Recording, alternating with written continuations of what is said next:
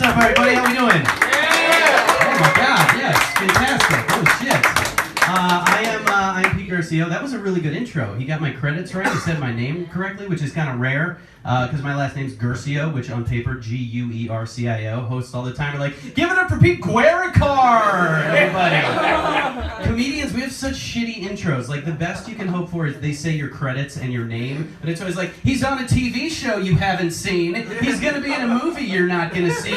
Peet Guercio, everybody. And you're like, fucking tell jokes. I don't give a shit that you're on hashtaggers on E. No, nobody's heard of that in the room. No one. No, not even you. I wish that I could just do my own introduction, because I saw this rapper introduce himself once, and I was like, that's the pinnacle of all things cool. I saw this guy, and he goes, what's good, it's your boy Critical, shout out to Rocksteady Vanguard, EO Dub, Grind Time 7 Base Mentality, Extended Players, Real Talk, Big Up 718, Ground Zero Hype Crew, El Crooked Eye, Philly Swain, Beat House, Fresh Coats, Cable Dot, let's go.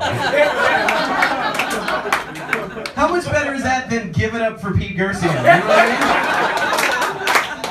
I wish I could do my own intro like a rapper. I wish I could just come into a club or a show, no host, no intro, and just be like, what's good, it's your boy Peet Guercio, shout out to my Volvo 240, Kaiser Permanente, Joe's Crab Shack, my humidifier, big up Brookstone, Boy Scouts of America crew, my dehumidifier, big up Brookstone, shout out Mathletes, National Honor Society, and Sky Mall, what's up to the big three, Claritin, Allegra, and Zyrtec.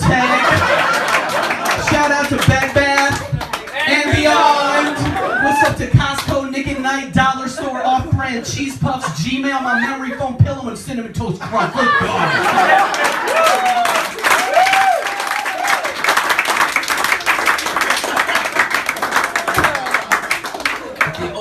I can't do that. Isn't that bullshit? I want to do that so bad. And I was like, Pete, we have to have a host, and you have to come up like a normal fucking human being. You can't do a 7-minute intro, because we only have an hour show. Shut the fuck up. I never fight with them. Like, I don't like conflict. I don't want to be hostile. Like, I like being friends with everybody. Like, if I meet you on the street and we're strangers, we're friends. Like, you start like 100 points with me, right? I'm like a golden retriever puppy, essentially. You can only lose points. But I try to be nice and polite. But as soon as somebody doesn't appreciate that I'm being nice and polite, I'm a dick, right? Like, if you don't say thank you because I do something nice, you're dead to me. It's like, I go to the restaurant, open the door for my friend, they go through, they go, thanks, Pete, and then a stranger goes through and doesn't say thank you, I want to fucking murder that dude in the restaurant, and I just let it go silently, and then I spend my entire meal watching that guy, making shit up about how evil he must be in the rest of his life. I'm like, I bet that guy takes so long to text his friends back. Fuck that dude.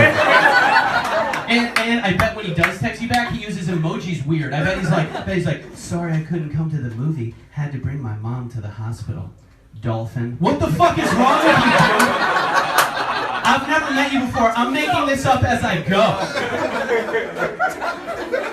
I saw the most perfect politeness appreciation swap of my life. I was in New York, and people were always saying, New Yorkers are rude, New Yorkers are mean, they don't care about each other, right?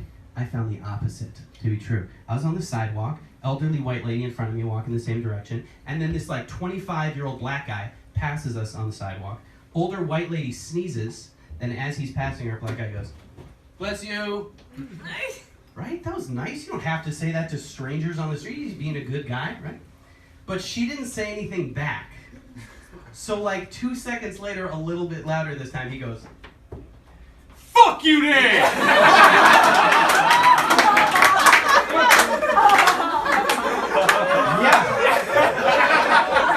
Yeah, exactly like that. He gave her like a 2 Mississippis in his head, and then pow, hits her with the fuck you, right? Like he reached his appreciation threshold, and he's like, this bitch is dead, right? But right after he yelled that, she sneezed again. She hadn't said thank you because she was still in the middle of a bunch of sneezes. And he realized this and he got all embarrassed. So he stops in the sidewalk and he goes into, yo, my bad, I did not know you were It's like, are you fucking kidding me? This is the greatest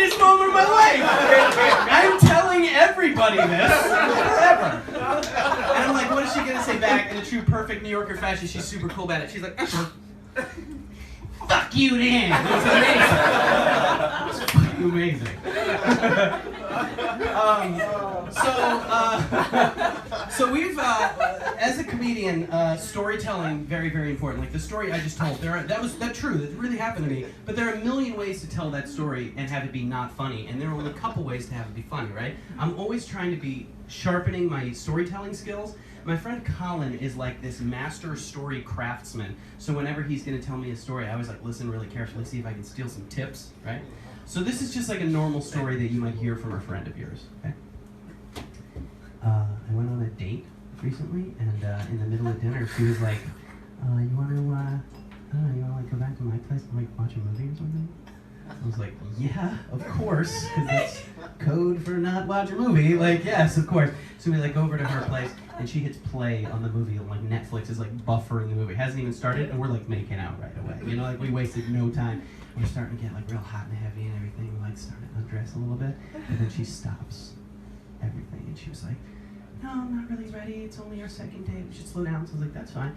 She would have put her clothes back on. We watched a few more minutes of the movies, but then she was like all over me again. And you know, one thing led to another, and you know, we hooked up. It was a pretty good date. Normal story, right? You guys know what happened in the story. Beginning, middle, end. That's how stories work, right? This is how Colin told me that exact same story. Pete, I had sex with this girl the other night, like 5 minutes after she said she didn't want to.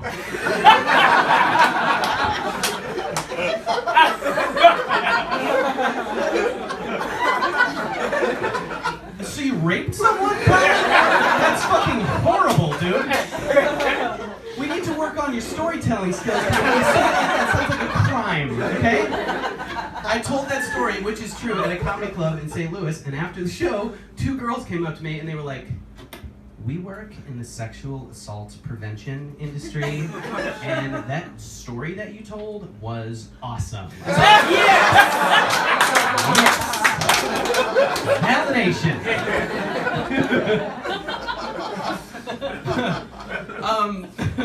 So I was hanging out with a friend of mine recently, and you know when you're with a friend and they will not get off their fucking phone? And it's like, do that when you're alone, not when you're out with your friends, right? And he's just on his phone, and he's like, I'm like, what the fuck is doing on your phone? And I figured he's gonna go, oh, sports scores, or whatever stupid thing he's always checking, right? But he goes, this girl is sending me videos of her hooking up with another girl. I was like, oh, okay, did not see that coming. Okay, I will bite. Is she cute? And he goes, nope. I was like, what? Okay.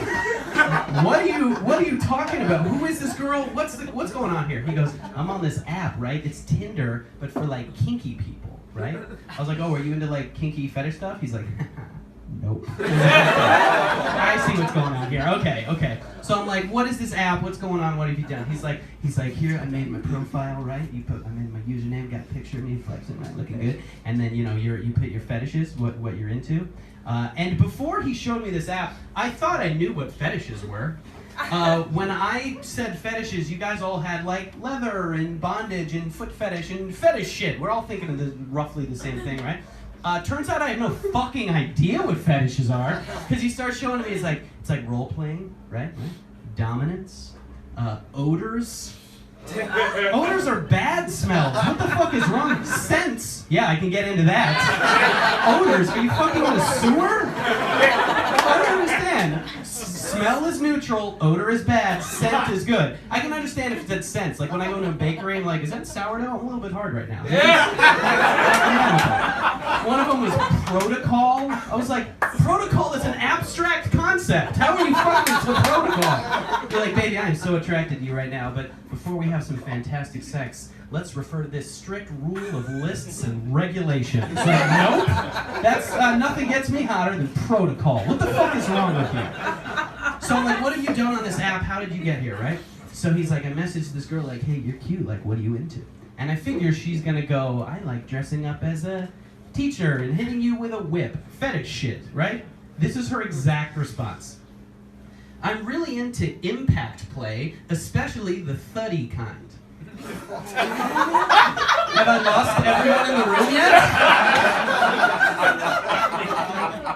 Here's the weird thing. nothing about that. Like 90% of us are like, what the fuck is that? How do you spell thuddy? And like 3 or 4 people in the room are like, that's my shit. Thuddy impact play is my jam, right? So as soon as she said that, I'm like, okay, I'm not joining this app, holy shit. Then she follows it up with this sentence. I'm also really into fire and electrical, but only with those I really trust. First thing I thought of, I never want to be someone she trusts. And fire and electrical aren't so much fetishes as they are like emergency services. Those are like numbers you call when shit's going down, right? So I found out my fetish is cuddling. That's how I learned. Had no idea. I had to buy condoms for the first time in a while recently because I was seeing this girl for a while. And you know when you're with somebody and you stop using condoms after like 6 months or 2 weeks or whatever. And, so I didn't have any condoms, and I think like most guys, when you need condoms, you go to CVS or Walgreens and you're like, Trojan, whatever, condoms, got it, condoms, done, I got condoms, check it off the list. But I was thinking like, I'm no basic bitch. Maybe there are some like indie brands of condoms I haven't heard of, where their second album is really starting to get good. You know what I mean? So I went where I think we should all go when we're looking for intimate sexual products. It's this super cool, like undergroundy place. It's called Amazon.com. And I started looking. The selection is ridiculous. There are so many brands of condoms you've never heard. There's one called Kimono. I bought the shit out of those. And they're real comfortable. I don't want to. All right, this whole thing's sponsored by Kimono. That'd be amazing. I should contact them. So I was like, how am I going to know what brands are good, what brands are bad, right?